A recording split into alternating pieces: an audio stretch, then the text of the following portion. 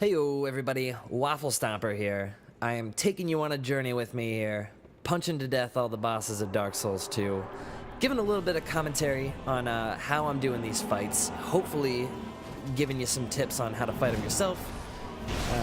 Probably not being too useful, but if you take something away from it, then hey, that's great.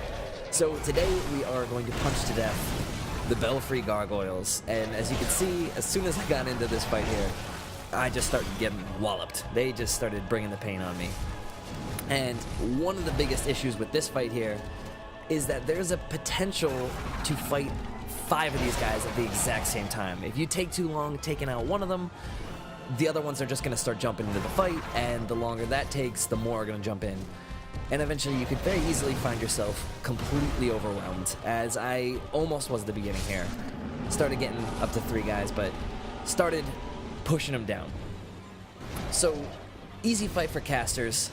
You are essentially just going to be running back and forth, keeping them on you, following you to one end, running to the other end, throwing some kind of projectile at them, and rinse, repeat.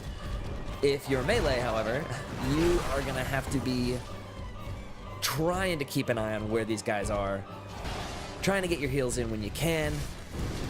They're fast, and they can move from one end of the board to the other end pretty quickly.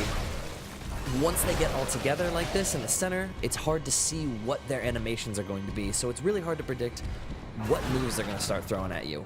When you get them singled out a little bit like this, one-on-one, you can kind of see where they're going, and you can figure out how to get in there and get a few hits off, and then back up, and keep rolling around and dodging away.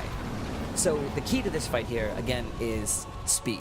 You are going to want to get in and do a ton of damage as quickly as you can. So now there's 4 of them. Took that guy out, brought it right back down to 3, nailed him, took it down to 2. So now it becomes just sort of an endurance battle. You really are just going to have to take these hits if you don't have a shield. Keep yourself healed up, and just keep moving around. Keep moving back and forth. Use the length of this arena to an advantage for you. Because once they start an animation, they kind of get stuck into it. You see there, I got hit because I was a little bit too close to him when he started his spear attack. But you can get under these guys. You can get under some of their attacks if you go into them. And then again, for the most part, you're just going to want to stay back.